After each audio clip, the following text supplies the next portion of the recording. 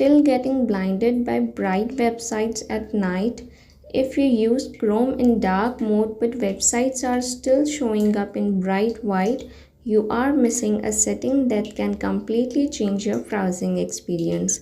This is one of the easiest Chrome settings to enable, and if you browse at night, you will notice the difference immediately. So first open Google Chrome, tap three dots, go to settings, then tap theme.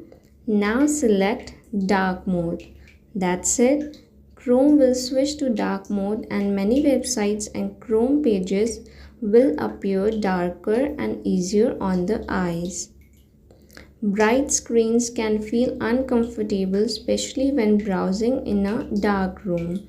Dark mode helps reduce that harsh brightness and makes browsing feel more comfortable. Think about the last time you opened Chrome in dark room and bright white pages lit up your entire screen. Dark mode helps make those late night browsing sessions much easier. If you had not enabled dark mode yet, give it a try today.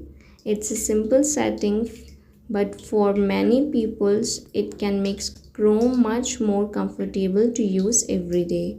If you found this video helpful, stay connected with my channel Zonic Tech for more Android tricks and smartphone tips. Thanks for watching.